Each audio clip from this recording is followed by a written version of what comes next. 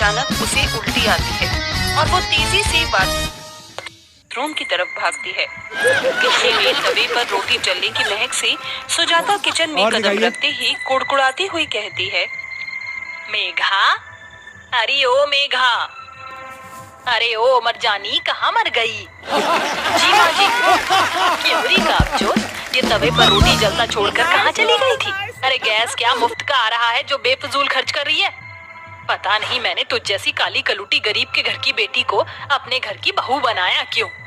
अपनी सास की जली कटी बातें सुनकर बेचारी बहू की आंखों में आंसू भर जाते हैं और मेघा वहीं चक्कर खाकर बेहोश हो जाती है। ये देख अनिकेत मेघा को कमरे में ले जाता है और डॉक्टर घर आते हैं।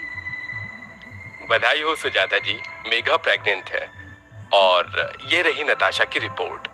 मैंने नताशा के जो टेस्ट किए थे उसका रिजल्ट आ गया है। नताशा भी प्रेग्नेंट है। बच्चे की बात सुनकर सुजाता अपनी गोरी बहू नताशा को गले से लगाकर उसे बधाई देती है। बधाई हो बहू, ये खुशखबरी सुनकर तूने तो अपनी सास को सोने की सीढ़ियां ही चढ़ा दी। अब से तुझे ज्यादा से ज्यादा आराम करना है और अपने खाने पीने का खूब अच्छे से ख्याल रखना है।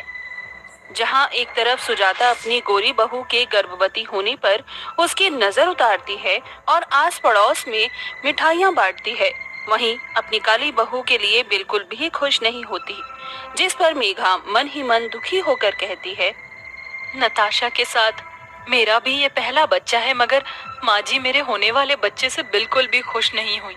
आखिर इतना भेदभाव क्यों? अपनी सास के इस फर्क पर मेघा फूट फूट कर रोती है। ऐसे ही समय ढलता जाता है।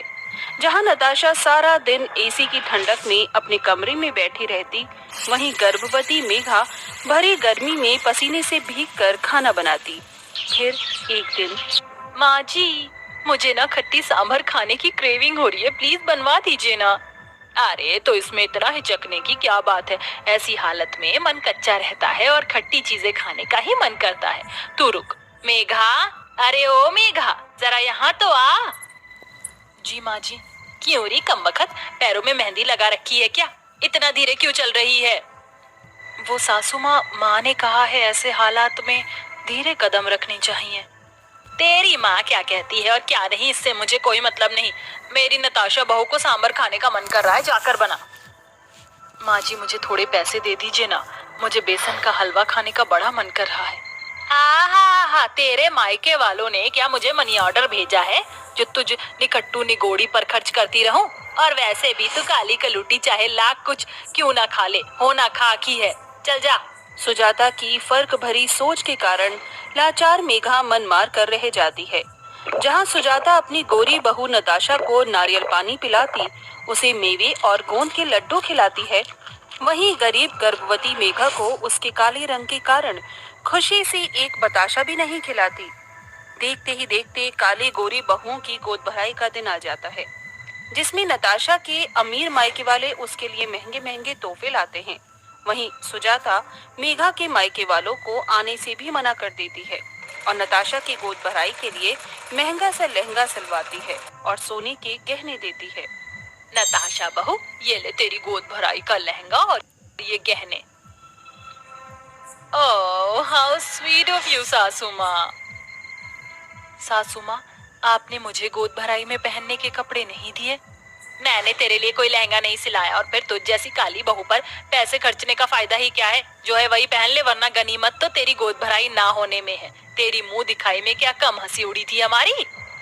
अपनी सास को मेघा के काले रंग के लिए भला बुरा सुनाता देखकर नताशा बहुत खुश होती है, जिसके बाद गोरी और काली बहू की गोद भराई होती है, जिसमें सुजाता अपनी गोरी बहू को शगुन में सोने के सिक्के, मिठाइयाँ, गहने भी देती है। वहीं बेचारी काली बहू को उस बड़े दिन पर भी उसके रंग के लिए कोसती है, जिसे गोद भराई के जश्न में मेघा की उदास आंखों से आंसू छलक जाते हैं।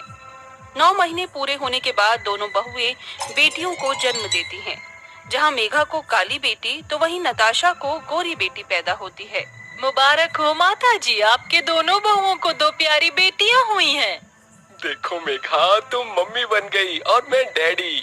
अरे नताशा बहू, जरा देख कितनी प्यारी सी बेटी को जन्म दिया है तूने। मुझे बेटी हुई है, इसके कारण, सिर्फ इसके कारण मेरी फिटनेस और मेरा फिगर स्पॉइल हो गया। और मेरी सिजेरियन डिलीवरी हुई है, ले जाइए इसे मेरे सामने से। बेटी को देखकर नताशा के अंदर की भड़ास एकदम से उसकी जुबान पर आ जाती है, जिसे सुजाता का मन खट्टा हो जाता है। यहाँ तक कि नताशा उस नन्ही सी बच्ची को दूध पिलाने से भी मना कर देती है, जिसके बाद मेघा उसे अपना दूध पिलाती है। 2 दिनों के बाद सुजाता गोरी काली बहुओं और उनकी बेटियों के साथ घर चली आती है। ढलते दिनों के साथ मेघा फिर से घर की जिम्मेदारी उठा लेती है। एक दिन नताशा अपने कमरे में बैठी हुई फोन चला रही होती है। वहीं उसकी नन्ही सी बेटी नित्या को रोता देखकर सुजाता गुस्से में बौखला कर बोलती है, हद होती है नताशा बहू, कैसी माँ है तू? ये तेरी नन्ही सी बच्ची बिल्खे जा रही है और तुझे ध्यान नहीं है, इसे दूध तो पिला दे। माफ करना माँ जी, मगर मैं इसे फीड करा के अपना फिगर खराब नहीं करना चाहती। वेल, आज मैं अपने मायके जा रही हूँ माँ से मिलने, तो अपनी सो कॉल्ड प्यारी सी पोती का ख्याल खुद रख लेना। हाँ। अपनी मॉडर्नपन का रौब झाड़कर पर्स उठाकर चली जाती है और सुजाता नित्या को गोदी में लेती है, मगर वो चुप नहीं होती। इतनी में मेघा कहती है, लाइए माँ जी, नित्या को मुझे दे दीजिए, आप थक गई होंगी। ऐसे ही दिन बीतता चला जाता है, मगर नताशा में कोई बदलाव नहीं आता। दिन गुजरते सालों के साथ नित्या और आराध्या बड़ी हो जाती हैं और उनका एडमिशन हो जाता है। माँ प्लीज मेरे बाल बना दो ना, आज मेरा स्कूल में फर्स्ट डे है।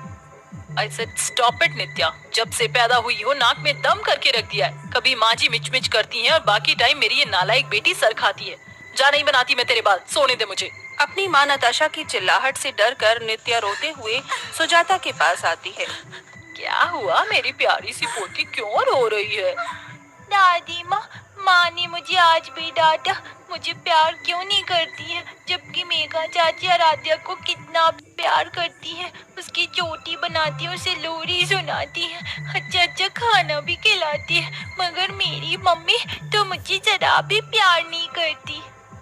नित्या को ऐसे रोता देखकर आराध्या उसके आंसू पोंछती है। नित्या रो मत, चुप हो जाओ, मेरे साथ चलो, माँ तुम्हारे बाल बना देंगी। नन्ही सी आराध्या के अंदर मेघा के गुणों को देखकर सुजाता पहली बार खुशी से उसके सर पर हाथ फेरती है और मन में कहती है, मैंने इस घर की नींव को खुद ढाया है। अगर मैंने काले गोरे में फर्क ना किया होता तो शायद उस रोज नताशा बहू अपनी नन्ही सी बच्ची को अपनाने से ना ठुकराती, मगर अब मुझे अपनी गलती को सही करना होगा। उसी शाम सुजाता नताशा का सामान उसके सूटकेस में डालती है। What's wrong with you, सासू माँ? आप मेरा सामान सूटकेस में क्यों पैक कर रही हैं? क्योंकि तुम मायके जा रही है बहू, अपनी माँ के पास, वो भी हमेशा के लिए। मगर क्यों? क्योंकि जब तुझे इस घर से कोई मतलब ही नहीं तो तू यहाँ रहकर करेगी क्या?